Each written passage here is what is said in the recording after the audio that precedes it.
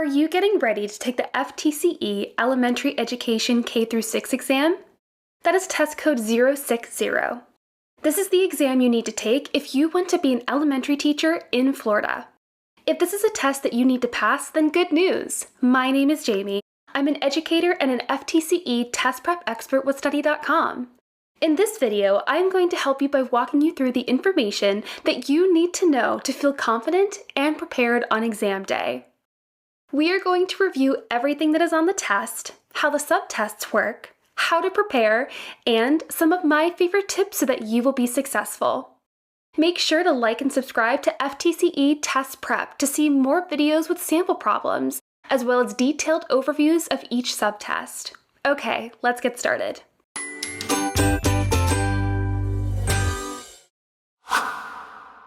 The Elementary Education K-6 exam is a comprehensive exam for aspiring elementary school teachers in Florida.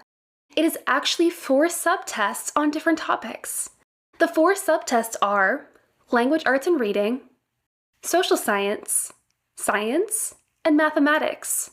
You can choose whether you want to take all 4 subtests at once or split up the subtests across multiple test sessions. You actually have a lot of flexibility.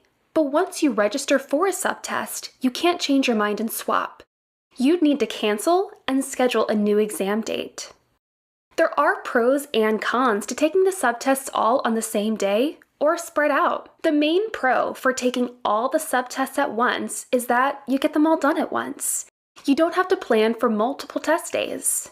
The main con is that 4 tests in one day are a lot. You'll be testing for more than 4 hours with just one 15-minute break. I only recommend this if you feel confident that you can maintain focus and energy for that long. You also have to be prepared on all 4 topics. You may find it easier to focus on studying for one subtest at a time. How you group the subtests is ultimately up to you. What works for your schedule? Do you want to prepare for one test at a time or multiple tests simultaneously? The cost per test is the same, regardless of whether you register for multiple exams at once or separately. Now, let's dive into each subtest. I also have separate videos dedicated to each subtest that go into a lot more detail and have sample problems, so make sure to check those out as well. Subtest 1, Language Arts and Reading, is test code 601. The exam is 65 minutes long and contains about 50 multiple choice questions. You have about 1 minute and 20 seconds per question, but I recommend aiming for about 1 minute per question to give yourself time for longer, harder questions. Do timed practice in order to get used to how long you have per question. Consider practicing with a stopwatch so you can get a sense of what 1 minute per question feels like. Time practice will also let you determine if you need to adjust your test day plan. If you often have trouble completing all the questions on time, you can consider strategies like deliberately guessing on some questions or guessing on questions that you usually struggle on in order to save time for the rest of the exam. The subtest covers a wide array of language arts topics across 5 competencies. The 5 competencies are the reading process, text and text analysis, the writing process, literacy instruction and assessments, communication and media literacy. Questions on the reading process will cover topics like phonological awareness, components of reading fluency, decoding skills, and techniques for increasing vocabulary acquisition. The texts and text analysis competency includes questions on analyzing literary devices, finding the central idea of texts, and evaluating the purpose of a text. Competency 3, the writing process, is still all multiple choice, despite the focus on writing. You'll see questions on stages of writing, teaching different modes of writing, and methods for teaching writing conventions. In the literacy instruction and assessments competency, you'll be tested on different types of assessments, administering oral and written assessments, analyzing assessment results, and addressing literacy difficulties. Finally, in Competency 5, Communication and Media Literacy, you'll be assessed on various listening and speaking strategies, methods for teaching skills like active listening and collaboration, citations, and using multimedia in the classroom. Across all competencies, you'll see a mix of direct questions like, which of the following are the components of oral reading fluency?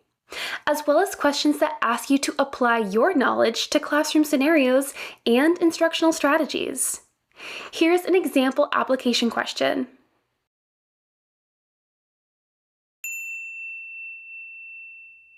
Subtest 2, Social Science, is test code 602 and covers 5 competencies necessary for teaching elementary social studies in Florida. You have 65 minutes to answer 45 questions, which is about 1 minute and 20 seconds per question. I'd aim for about 1 minute and 10 seconds to give yourself buffer for harder questions. The 5 competencies covered on the subtest are effective instructional practice and assessment of the social sciences, time, continuity, and change, i.e. history, people, places, and environment, i.e. geography, government and the citizen, i.e. government and civics, production, distribution, and consumption, i.e. economics. Like in the language arts and reading subtest, you'll see all multiple choice questions. Some will be direct questions, where you demonstrate your knowledge of social studies topics, and others will be application and scenario-based questions. For Competency 1, topics to review include appropriate resources for social studies instruction, methods for assessing social studies, and learning environments for social studies.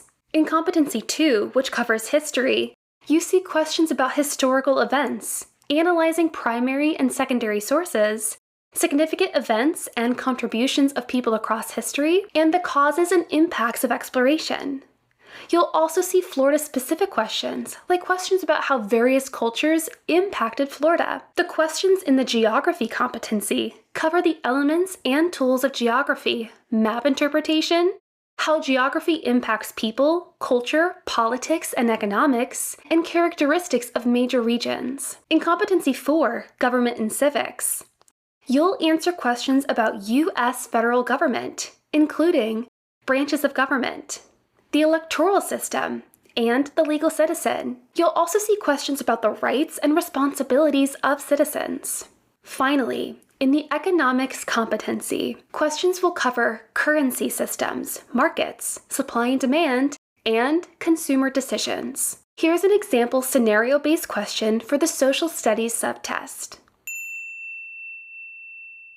The science subtest is test code 603 and is 70 minutes and includes 45 multiple choice questions. You have a little over 1.5 minutes per question. I'd aim for spending 1 minute and 15 seconds per question. This test covers the concepts and teaching practices necessary for teaching science to elementary students. The 5 competencies are effective science instruction, nature of science, physical sciences, earth and space, and life science. The effective science instruction competency covers strategies and techniques for teaching and assessing science. You'll see questions on using hands-on activities in the classroom, incorporating literacy and math into science instruction, and selecting tools to enhance science instruction. Competency 2, Nature of Science, includes questions on the scientific process, characteristics of experiments, data analysis, and understanding science as an interdisciplinary topic. Competencies 3 through 5 cover topics specific to the branch of science. In the physical science competency, you'll see topics like properties of matter and forms of energy. In earth and space science, questions cover topics like properties of rocks and minerals and space exploration. Finally, in the life science competency, questions cover classifications of living things, food webs and ecosystems, and plant structures. Review your science topics as you're preparing for this exam. But remember, this is elementary science. You don't need a science degree to do well, but do need a broad understanding of many topics. Here's an example question. This is a direct knowledge recognition question. You'll also see classroom application scenario questions. Finally, the mathematics subtest. This exam is code 604. You have 70 minutes to answer 35 multiple choice questions.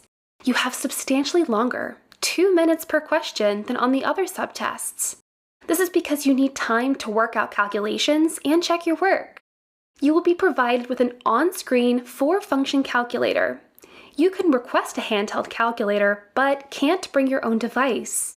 You can also request scratch paper to use in the exam. You will also be provided with a reference sheet that includes information like formulas for the area and volume of various shapes, such as triangles, unit conversions, and a key of commonly used abbreviations like A for area. Make sure to review the reference sheet before the test and practice applying the formulas, but don't worry about memorizing everything on it. The reference sheet is there for you to refer to during the test. It's more important to use your prep time applying the formulas rather than memorizing them.